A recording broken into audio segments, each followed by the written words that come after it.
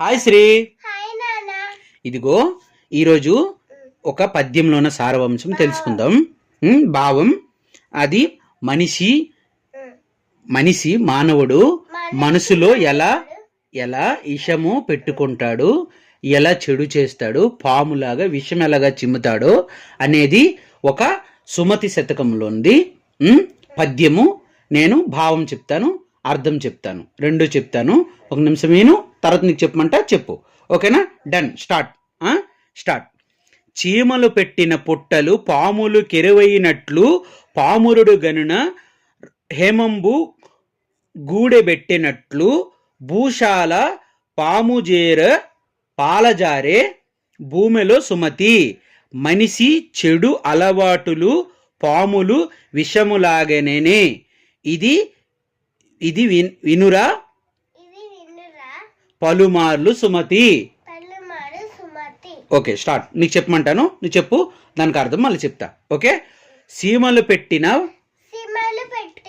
పుట్టలు పాములు కెరువైనట్లు పొలమారుడు గనున హేమంబు గూడిబెట్లినట్లు భూషాల పాలు జారి భూమిలో సుమతి.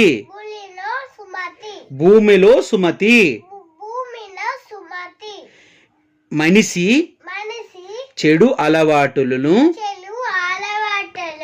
పాములు విషములాగనే.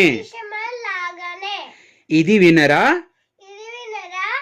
పలుమార్లు సుమతి. దీనికి అర్థం ఏంటంటే, నేనైనా కష్టపడి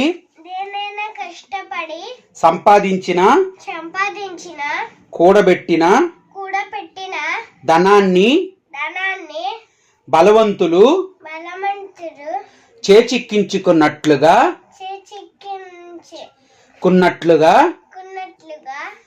అలా ఎలా అంటే చీమలు పెట్టిన పుట్లను పాములు ఆక్రమించుకున్నట్లుగా కాదు, ఆక్రమించుకున్నట్లుగా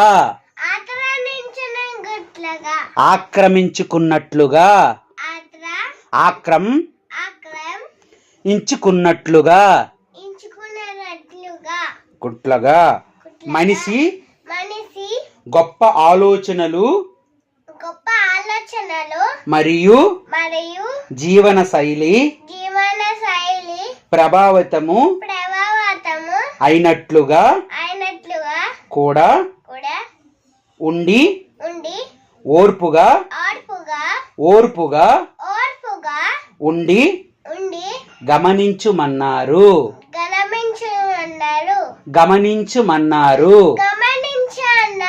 సుమతి. ఇది ఒక పద్యంలోన సారవంశం. ఇది సుమతి శతకం. ఓకేనా? దీని అర్థం ఏంటంటే, మనిషి చెడు ఆలోచనలు పాములో విషముతో కూడి ఉన్నట్లుగా పాము లోపల విషము కూడి ఉన్నట్లుగా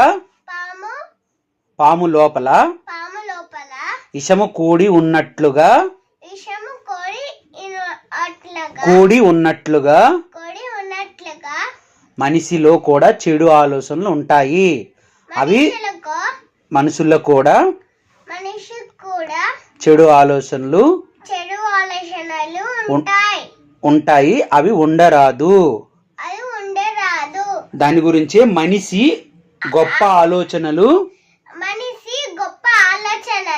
మరియు జీవన శైలి ప్రభావితము అయినట్లుగా కూడా ఉండి మరియు ఓర్పుగా ఉండి గమనించుమతి.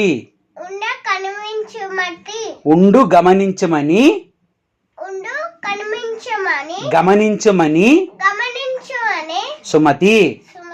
వెరీ గుడ్ శ్రీ, సూపర్ చెప్పావు. థ్యాంక్ యూ, ధన్యవాదములు. ఇలానే ఇంకొకటి కూడా మళ్ళీ ఎప్పుడైనా సమయం దొరికేటప్పుడు ట్రై చేద్దాం. ఓకేనా? All the best. You are too good. Most చెప్పు. Very good. Thank you Shri.